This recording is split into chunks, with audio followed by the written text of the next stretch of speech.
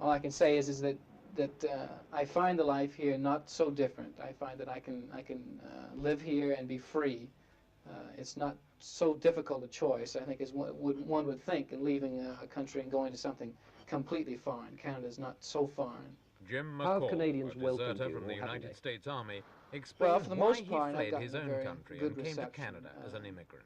Of course, not everyone knows I'm deserted, because what is a deserter? No, you don't fill into any kind of, you don't fit any kind of stereotype. But a great many do know, and I've come to the point now, after being here 2 years, that I really don't care anymore whether they know or they don't know. I don't make a point out of pointing it out, but if it comes up in conversation, usually that people react a little bit strangely at first, but they usually accept it because I accept it. If I'm Jim McCall is typical of thousands of young Americans who feel strongly enough about the United States' role in Vietnam to defy their local draft boards. They condemn the war as immoral and choose to outlaw themselves from their own country rather than take up arms. Anti-draft demonstrations, often involving the burning of draft cards, are one of the most frequent expressions of protest among the youth of America today.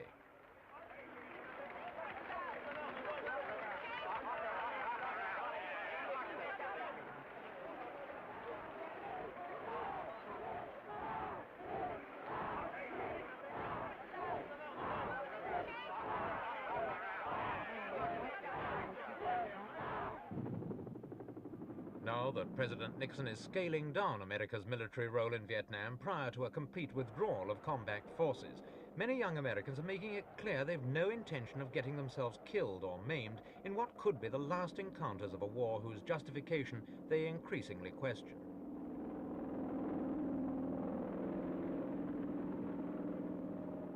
Today, the desertion rate from the US Army is double what it was in 1966. Last year, over 80,000 soldiers and Marines, equivalent to 5 divisions, went absent without leave and failed to return to their units.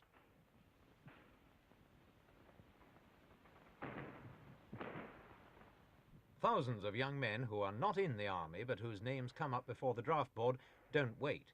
They decide to uproot themselves and their families and make for the nearest haven from the draft, neighboring Canada. Afternoon, sir. Where do you live? I live in Albany, New York. Both U.S. citizens? Right. And where are you going? Montreal. How long, sir? One day. Both going back together? Right. Any merchandise to declare with you? No. Lane number 3. Have a good trip. Okay. After much thought, the Canadian government has decided not to refuse entry simply Okay. because the applicant is a deserter or a draft dodger. Since Prime Minister Trudeau's declaration earlier this year that Canada would become a refuge from militarism, many restrictions have been relaxed. Now it's just a couple of questions and you're in as a visitor. Also. Same family. How long do you intend to be in Canada? Just a few hours of visiting somewhere. Have you any date to leave in Canada? No, nothing. Thank you. Take number 3 right through. Before they can live and work in Canada, American soldiers on the run must get landed immigrant status for themselves and their families. A score of voluntary groups like the Toronto Anti-Draft Program are ready with expert advice. First, reassurance. You understand that you cannot be extradited from Canada for draft evasion or desertion from the U.S. military. Yeah, the draft counselors in the States made that quite explicit, that they couldn't deport me just for being a draft dodger or deserter. That, you know, unless I did something that would fall into a prohibited class, that I wouldn't have to worry about FBI agents rushing into my room some night and grabbing me in a plastic bag and taking me back to the States or something. Legally, they're not allowed access to you at all. You have to be careful not to break any Canadian laws. This includes any misdemeanors, because as a visitor, your rights to trial and appeal are very limited. As a landed immigrant, you have basically the same rights as a citizen of Canada. But you can't be extradited or deported unless you break Canadian laws. So draft. Not just to like another state. You're immigrating to a foreign country, even though it's quite Americanized. And I think you should treat it as a foreign country. Now, you're making this your home, so don't continue thinking as an American. Obviously, you can't get rid of this in a few days. But I think if you always look out, like sort of study the Canadians and the way they act, the way they behave, and try and Not mimic them. Obviously, you can't do that. But just be aware of the way you affect Canadians, because this is their culture and their society, and you're like a guest here. Hundreds of letters from deserters pour into Bill Spearer, a writer who was one of the first to argue that Canada should admit these men. Richard Lindley spoke to him. Mr. Spearer, I suppose most people usually think of Canada as being very much under the thumb of America. Now, why in this case has Canada stood out against America and refused to hand back these deserters? Well, people are right. Canada really is very much under the thumb of the United States, and our government is really trying to placate the Americans. But we have a very large body of public opinion that is getting strong, which constantly is trying to drive for Canadian independence and for an independent role for Canada. And once in a great while, our government plays to that section of public opinion. After all, I mean, they're politicians, and we have votes too. So once in a great while, they do something to placate us. And luckily, on the question of draft dodgers and deserters and young men who refused to fight in Vietnam, this is one of the few incidents where the Canadian government felt that they had to throw a crumb in our direction. Now, all right, the Canadian now, I mean, the war, the end of the war, I suppose, is now nearer in sight, perhaps, than it was. Are you still getting these numbers coming in that you were? Well, you might believe so, but obviously the young people in the United States don't believe it, that the war is that much closer, because they keep on coming at a fairly steady rate, and have been coming that way for quite a number of years. We now have probably a total of 70,000, I said 70, not 7, 70,000 young Americans here, either that evading the draft or actually have deserted the U.S. Army. In the Toronto office, we probably average 35 a day, mostly deserters. And that's only one office. We have in Canada about 30, in 30 different cities we have committees functioning that are able to give aid to the young Americans that come in. What's the attitude of Canadians generally to these deserters? Well, I would say the public feeling really is very closely related to the attitude towards the war in Vietnam. And obviously those people who think that the United States has a God-given right to interfere in every country will also be against admitting draft dodgers and deserters. But again, a very, very sizable portion of Canadian public opinion is against the war.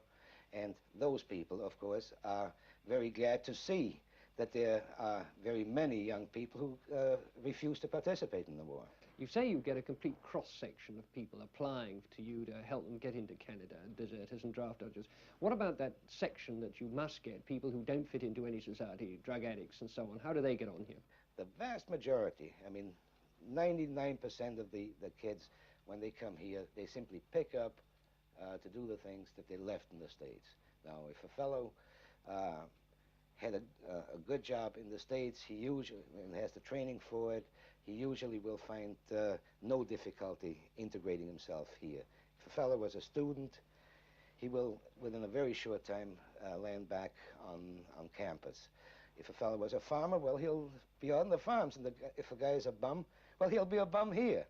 But as I said, as a whole, it is the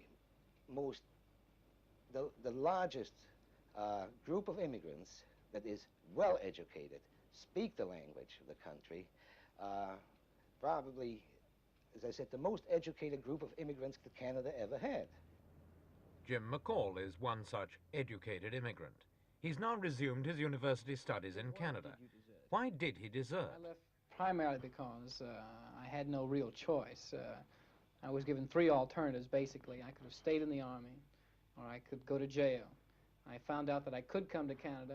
At the time that I left, it wasn't that apparent that Canada was allowing deserters to come.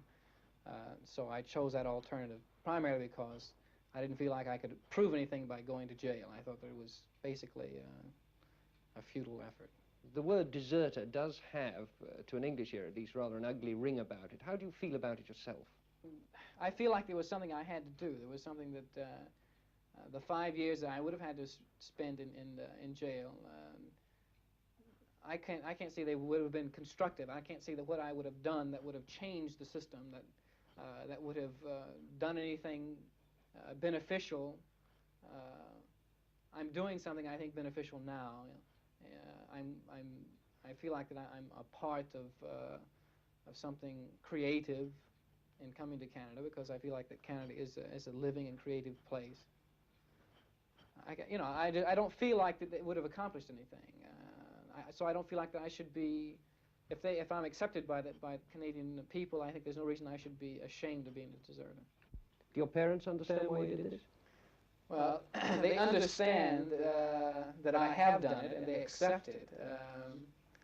They understand that the real basic fault lies with the American government and not with me. Naturally, they have not experienced what I have experienced, and so they don't know, they don't completely understand. But they have faith in me and in my decision, and they accept it. The flight of so many deserters and draft dodgers to Canada represents a permanent loss to the United Afternoon, States. sir. Where do you Many live? of them eventually become Canadian You're all citizens of the United States? They have no How long will you be in choice. Canada? They won't be able to return What to is the their purpose own of your trip? country until the United States grants a general You're all amnesty returning for at the same all time? deserters. Any gifts you're leaving Never in done so Canada? in the past. Lane number So 3, far, have a at good least, trip. there's no sign it's prepared to do so in